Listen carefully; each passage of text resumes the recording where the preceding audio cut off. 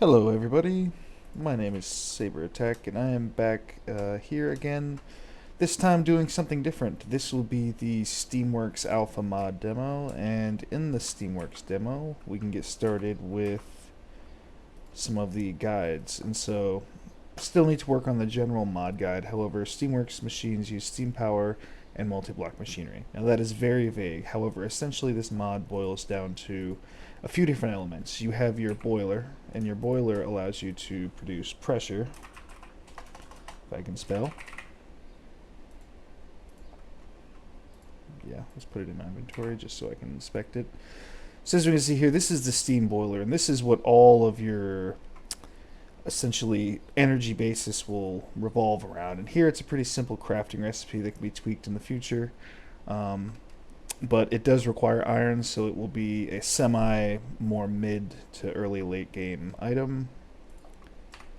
And if we can come here and see now, so this is the basic boiler visual, and there's still a few UV misalignments with texture showing, but that'll be fixed up in the future. The main part is that the functionality is basically all here.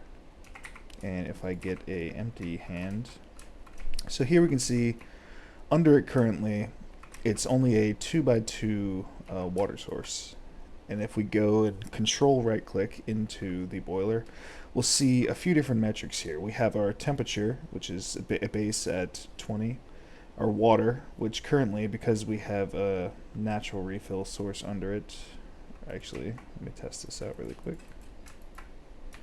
And if we use some of the coal, so fuel types, different fuels have different fuel burn durations. There is coal, firewood, charcoal, and etc. Currently, I don't know if it displays it in the guide, however it should. If not, I'll alter that very soon. So here we can see our temperature starts increasing as we put fuel into the inventory. And also, if you want to put water in here, if we just look up water, let me get a water bucket.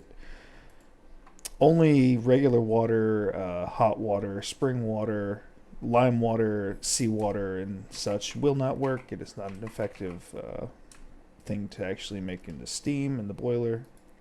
So here we can see by right-clicking the boiler with our wooden bucket filled with water, it returns our empty bucket to our hand and deposits some water. So if we keep letting it go, we see it starts to produce pressure. As soon as the temperature gets above 100, it'll start producing pressure. Another mechanic I'll show you later.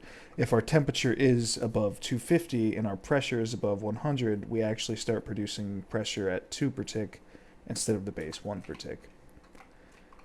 And here you can see the actual piping systems. Originally, the pipes were not introduced. I was going to power the different devices straight off of the boiler. However, it became easier to replace that system with the piping system instead of dual integrating them together. So here we can see our boiler is still producing. However, it slightly goes down and it slightly goes up. This is because the piping system, this essential whole piping network, and you can test, I was testing around with all the shapes I can make, and it would actually register as a piping network. Actually consume that pressure up to 200 pressure, which is the same as the boiler. And so here we can see is another example of one of our machines. So while this boiler is producing pressure for us, let's take a look at one of the first machines, which is a sawmill. And the sawmill does pretty much what it sounds like. It can either process logs into boards or it can process them into firewood. And so if we just get some logs here, let's get some quarter logs at first, and then we can get some birch logs. So you can see here it starts up, it has its own blade animation and sound. Right now it's on firewood. If we toggle this to boards, as you can see, the first one it's going to process is that leftmost input in its input inventory, and it'll do about 3 seconds converting them, and it should move on. Yep. And so now it'll move on to birch, and you can switch halfway between. and make firewood. This is one reason why the output inventory has to be double the size of the input, because in case you wanted to just start splitting what you wanted to make. And as you can see, the blade stops, animation stops, sound stops when it's finished processing. Currently, it's registered only as a 1x1x1 block. This will be changed to a 1x3 block, so it's actually more realistic. Our pressure is starting to rise again. So one thing to note, the sawmill does consume some amount of pressure when it is actually running. It's about half as much as the engine, which we will get to shortly. However, I do want to show an example. So for a natural water source to be used, as you see this one, our water is at 0. If you want it to start filling, and the natural resource will have to at least be a 2x2x2 block. So that means like that. And we can see the water starts to fill, and the natural refill cap limit is 20 liters. So it'll just always refill and stop at the 20-liter mark here. What else? We also have natural fuel sources along with natural water sources. If I could just get a block. Oops. Alright, let that drain. And then if we instead place... You still have fuel, right? Yeah, let's pick this guy that we did originally. Come on, work with me.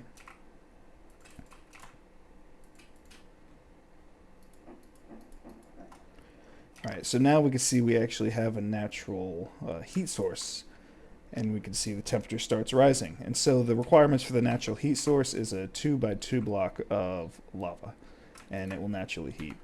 Eventually, the water will actually be, instead of just having it to essentially be placed below it, the water will have to be piped in via this water side, which I preemptively made the little interface for already. I'll have just, yeah, I'll probably just have to move the interface down a block so it actually matches up with the pipe. That's future me's problem. Anyway, let's get on to the main part, which is showing you the steam engine, the tier 1 steam engine, which also, by the way, has its own crafting recipe. Everything so far has its own crafting. So moving on, let's go to the engine, and I'm actually going to have to rearrange this. Testing again. That was strange. Essentially, so now I'm here to show you how the pipes will work when I introduce the T-pipe. So here we can see currently it's at 193.5. This is contained within the current pipe network. So if you connect new pipes onto that network, they don't immediately connect. And to get this to connect, I'll show you what you do in a moment.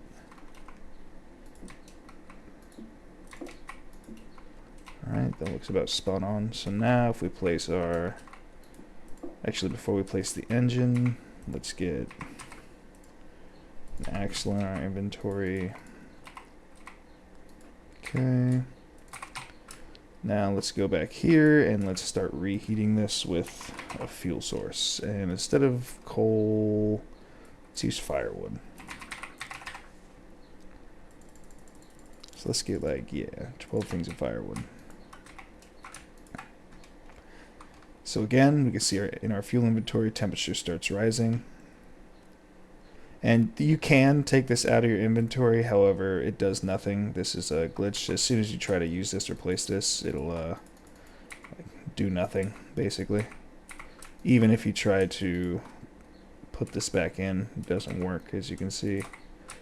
So, even if you try to drag it, yeah, it just disappears. It's currently a glitch left over from some of the original code I had when starting this. It can be worked on, though. So here we can see pressure is 200 out of 200. Now that this is happening, and also you can see these pipes started updating as soon as our boiler started ticking and updating the whole pipe network again. So the networks do work. It's just it takes the boiler tick for them to actually register updating new pipes in that same network. And our pressure starts rising, so let's start using some of this pressure. So in order to do this, you have to place the engine in the correct orientation. As you can see, if I place it like this, nothing happens. If I place it like this, nothing happens. If I place it like this, all of a sudden it starts running, right? And currently it's getting stalled because I'm using too much. Alrighty, back again. This time actually doing a much better explanation and demo of the engine because the sound kind of flooded out the entirety of the time I was speaking previously. So yeah, we're gonna redo this. Make sure the engine sound is slightly down on my mixer. Alright, so we can see we are building up that pressure in our network again, and if we place our engine, it doesn't start up. Oh, that is because we're not ticking. That is right. Ran out of fuel too soon, unfortunately. So yeah, so something also to mention. So if these pipes had pressure with the rest of the network before I placed it and it wasn't ticking, it would still actually power machines. As long as there is pressure coming from a pipe network, it'll power machines. It doesn't rely on the machines don't rely on the tick of the boiler.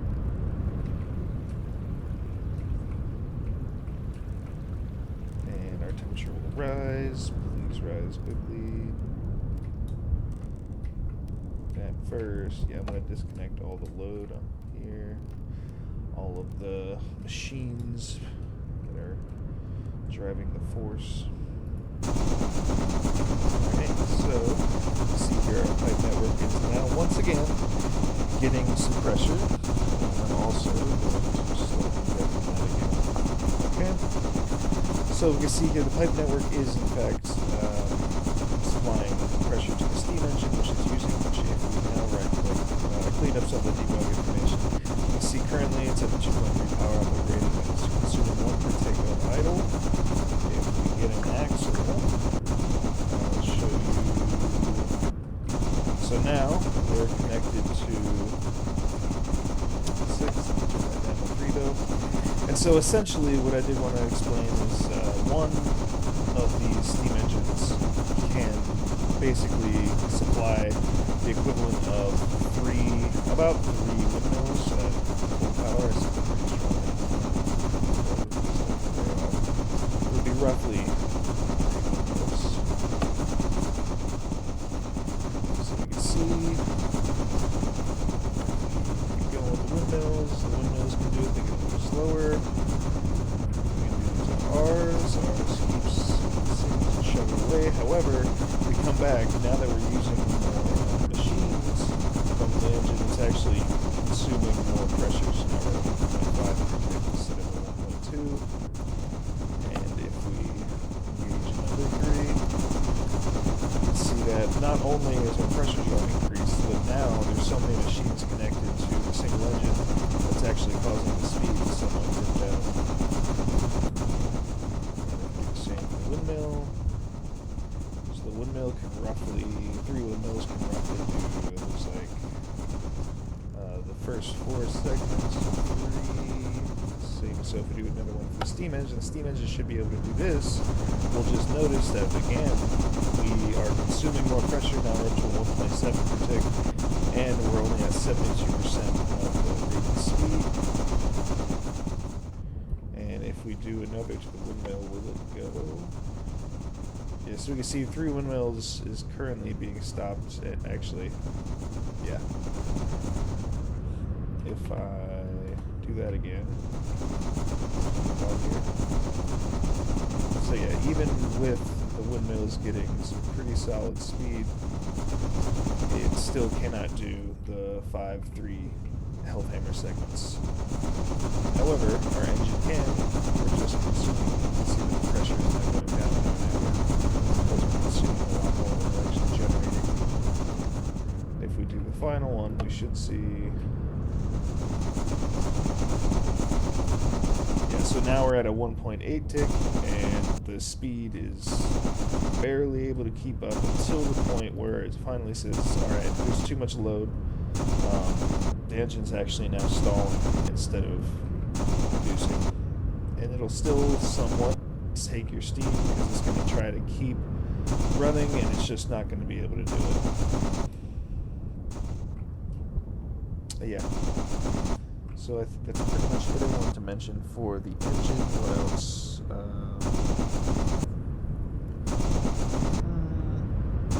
Sound of the engine does drop off in the distance. I think I already showed that. So you can't hear the engine from all the way out here.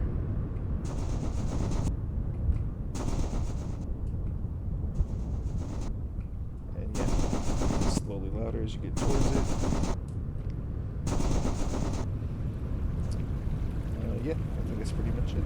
Back to the regularly scheduled video. To stably run the engine. And this will be altered, well, not really altered, but there is a workaround for this, rather. The other option is to run the boiler at above 250 degrees and above 100 pressure, as I mentioned earlier. And so here we are going to take a look at that as soon as I can actually generate enough pressure in my pipe network. So yeah, I'll be back while I closely monitor the boiler and pipe system. Alrighty, we are semi-back. Now that the pipe network actually has the max amount of pressure that we can hold from it, we are not going to start consuming the boiler, and that is because we are currently do not have a machine hooked up that's actually consuming that pressure. So if we go back here, we are already definitely at the temperature threshold, considering we are naturally supplied by our fuel source. Water, we're still at 55%, and this should be enough to do the test. And so essentially I'm going to show you two things. I'm going to first show you the venting technique. So if you get to a point where your pressure is starting to go too high and you're not consuming it, but you want to vent pressure to avoid damage to the boiler vessel, you can simply vent, and it'll start venting at 3 pressure per tick. So you can see we start rapidly decreasing. But I'm going to toggle that back to normal, and now we'll show you what happens after we go over 100 pressure. We'll start getting 2 pressure generation per tick, and this is essentially the high efficiency mode of the boiler. So if you have a network where lots of loads are on it, and it's just consuming a greater and greater amount of pressure, you may consider running it in high efficiency mode, from upping the pressure generation from 1 per tick to 2 per tick.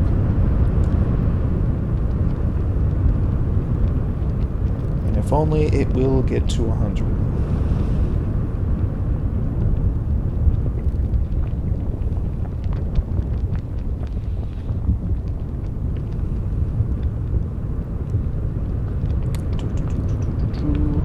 Additionally, as I already mentioned, the boiler's max pressure limit is 200, and I'll show you what happens if you start pushing those limits. So as we can see, now that we're above 100, instead of 1 per tick, we're now gaining 2 pressure per tick. And you have to be careful not to damage the boiler vessel or any of the sources near it, because it has quite an explosive effect. So if we keep letting our pressure rise somewhere near 185, 190, it'll tell us that the boiler is very close to being damaged, and we should immediately start venting. So if you right click, you can get this debug information from your window or your chat instead of the actual boiler GUI. Come on.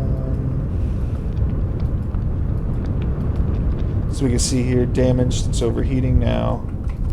We need to remove heat or vent, and if we keep doing, the explosion risk keeps going up the more we keep heat and pressure in it.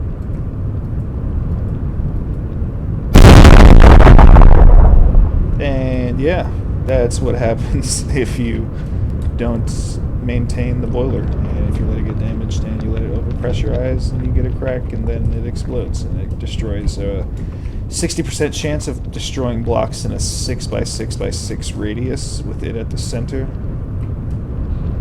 So I think that's a pretty cool mechanic.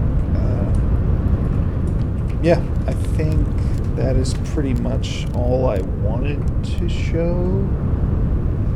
There are a few things in the works. Immediate next agenda items are, of course, fixing this visual bug on the boiler, adding the crafting recipes for these 3 pipes, and possibly refining the visual on the steam engine, since right now it's kind of tiny. It's kind of very small. I'd like it to look a little bit more like not necessarily like way bigger like the boiler, but it should just visually look a little better.